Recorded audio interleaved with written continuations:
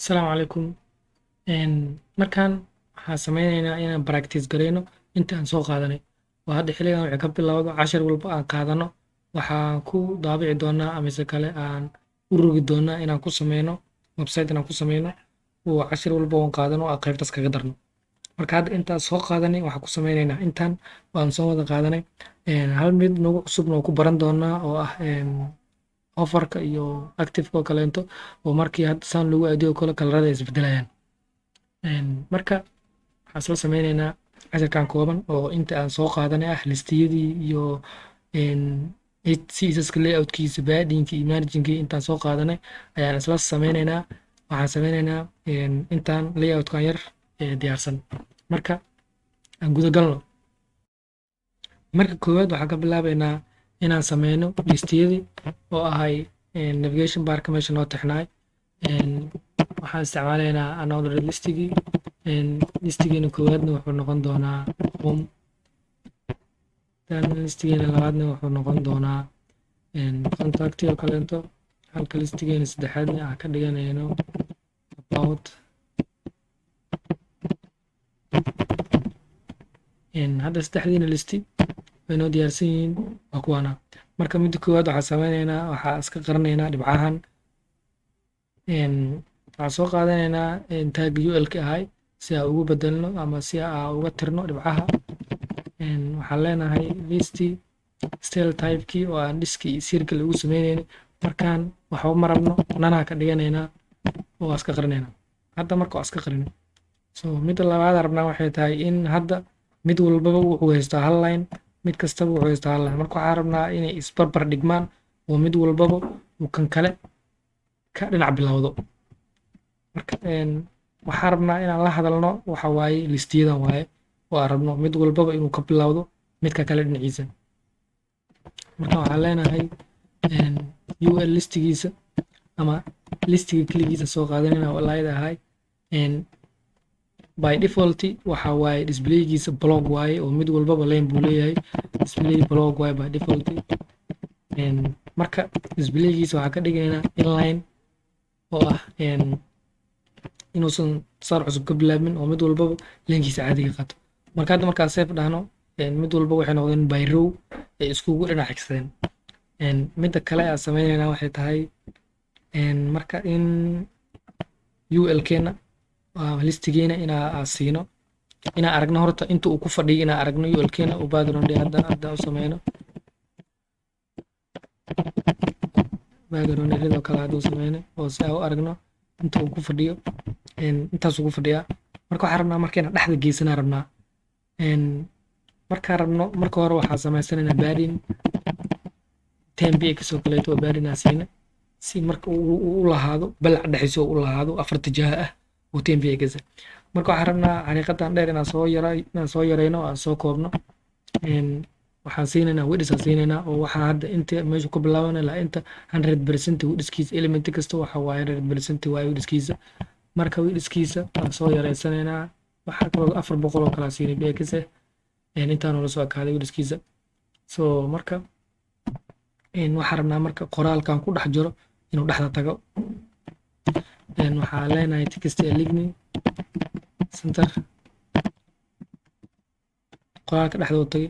Marka waxaan rabnaa elementigan oo dhan inuu dhexda wada tagaa rabnaa oo hadda geeso ka bilaabanaa elementiga UL-ka oo dhan inuu dhexdan wada yimaadaan rabnaa isaga dhan.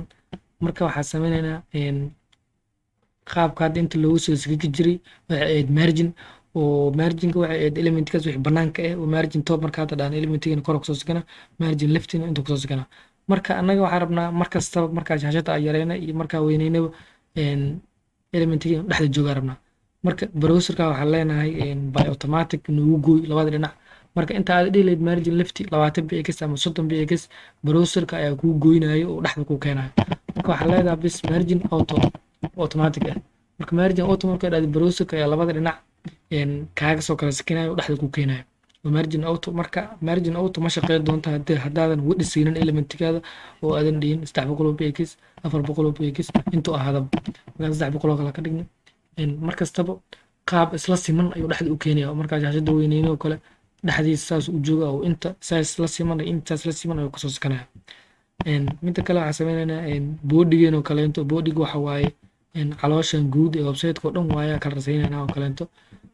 boodiga meesha doontaa dhiga kartaa. boodiga waxaa dhahnay backgroundgiisa inuu pinki ahaado. So hadda waa kana marka waxaan rabnaa homekeena contentkeena about navigationada inay kala durugsanaadaan rabnaa oo li-da waaye iyaga listigan waaye. marka listigana u tegaynaa. marka waxaa leenahay markii dhexda laga kala durkinayo waxaan naqaanaa inaan naqiinay baadinkeena 10 px oo kale inaan siino. hadda wuu kala durkay. marka sidoo kale waxaan rabnaa in farta wax yar soo yara weynaataa rabnaa. waxaa isticmaalaynaa font size oo farta lagu weyneeyo. farta waxaa ka dhignay 20 px oo kale kasoo qaad. hadda wax yar farteena way inoo soo yara weynaatay. marka intaan hadda waa in aan hore usoo wada qaadanay waaye. marka midda nagu cusub oo aan ku darsan doonaa waxay noqon doontaa wax la yidhahdo hover oo markii lagu aadiyo kalarkiisa bedeli doono. marka hore intaan hoverka aan ku dirin waxaan rabnaa in aan linki camal u sameyno oo markii aan ku aadino cursor-ka inuu calaamadan textiga oo kale oo noo soo muuqan doonto. mar waxaan rabnaa markii lagu aadiyo inay soo muuqato far. marka sidaas by default waxa iskale linkiga iskale. annaga waxaa soo qaadanay anchor tag-gii linkiga lagu sameynayay. marka listi anagoo soo qaadanay marka waxaas dhe anchor tag hadda ugu dirtid macnaha meeshaan yaro wareera ku noqonaysaa oo marka midaas gadaala ugu dhigi doonaa. marka hadda anagu listiga isticmaalayno ayaa linkiga sameynaynaa. marka li-da waxaa leenahay markii cursor-ka lagu dul aadiyo inuu pointer ahaado oo fartii wax muuqeynayso kale inuu pointer ahaado. oo hadda markaa ku aadino maxaa la waxa soo baxayso faraa soo baxayso oo markii hore marka hadda iska tirno. markii hore markaa ku aadinay waxaa soo baxaysay calaamadaas ayadoo kaleenta ah. marka hadda waxaan rabnaa markii lagu aadiyo cursor-ka inay soo muuqato far si uu u ekaado linki. marka markii lagu aadiyo waxaan rabnaa inay kalarada isbedesho.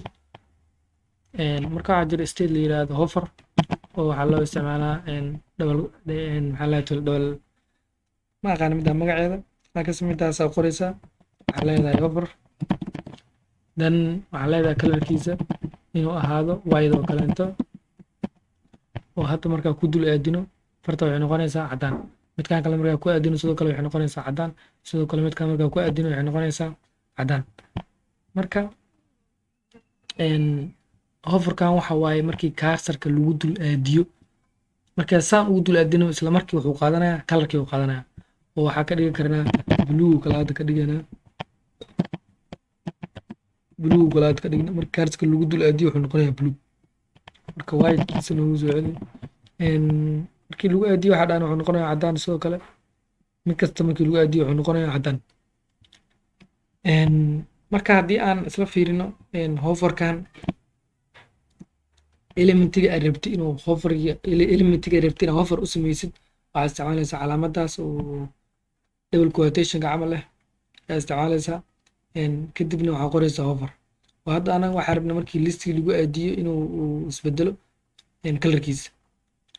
xitaa waxaa ku xiri karnaa ul-keena dhan waa hadda ul-keena intaanu la egyaa meeshan gududan oo meesha guud markaa san loo dul istaajiyo waa ka dhigi karnaa oo simple waxaa leenahay isagana hover oo ul-ka qoraynaa. danna waxaa leedahay hover isagana markii lagu aadiyo kalarkiisa ha noqdo ama backgroundgiisa oo kale ha isbedelo. backgroundgiisa oo kale ha noqdo black oo kaleento oo hadda markaan ku dul aadino kan background dhagan wuxuu noqdo black. markaan ku dul aadino wuxuu noqonayaa black. marka hover waxaa loo isticmaalaa in elementigaas dushiisa markii la tago wixii dhacahay macnaha. so haddii aan isla fahnaa rajeynaya intaan aan soo qaadana listigan wuxuu sheegay dhibcaha inaan iska tirnay. backgroundgan waxa waaye backgroundga uu wato ul-keena guduudkaas ah. baadingan waxa waaye balaca dhexe oo aan siinay space fiican baadin si u yeesho. marka baadinka tirno everything dhexda way soo yaraanaysaa waxay noqonaysaa meel cariiri ah. marka baadinka wuxuu naga saaciidayaa cadadka dhexe ama balaca gudaha ah. widiskan waxa waaye intuu la egyahay oo intaan waa 300 px intaan la egyahay. text alignigan farteena ayuu wuxuu inoo keenay dhexda. hadda haddii aan tirno text alignigan aan safe dhahno farta waxay kasoo bilaabanaysaa geeskan. marka waxaan rabnaa farteena dhexda ahaato sidoo kale margin awtahan wuxuu noo saaciidayaa in elementigan guduudka u dhexda wada yimaado oo hadda marka isagana tirno elementigan dhan wuxuu kasoo bilaabanayaa geeskan marka inta margin lefty intaan kasoo soka dhihi lahayn browserka qaab automatic ee dhexda kugu keenaya marka margin auto aa leedahay bas sidoo kale bodygan waxa waaye caloosha guud ee browserkeen binkiga ka dhigan listiganna waxa waaye ulkeen listigiisi waa disblaygiisi inline ka dhigna si uu isku raaco uu isdaba dhigmo inta uu noqon lahaa mid walbaba leen qaadan lahay baadinkan ten waxa waaye spaceka uu isaga dhexdiisa mid walbaba inta u dhexeyso oo hadda marka isagana baadinka kale aad tirno hoosta iska soo galayaan so font sizekan waxa waaye farta intay la eg tahay cursorkan waxa waa markaa ku aadino cursorka kalarka calaamadu qaadanayo ama markii la dul tagabo isla markii uu noqonayo sida flare oo kaleento marka u nimaano hoverkan hoverkan waxa waa markii elementiga la dul tago isbedelka dhacayo hadda markaa dul tagno kalarka isbedelayo oo wuxuu noqonayaa cadaan mid kastana wuxuu noqonayaa cadaan marka cashirkeena intaan uu ku egyahay marka baraatike mid walbo waxay u taagan tahay isla fiiri marka intaan uu noo egyahay cashirka wassalaamu calaykum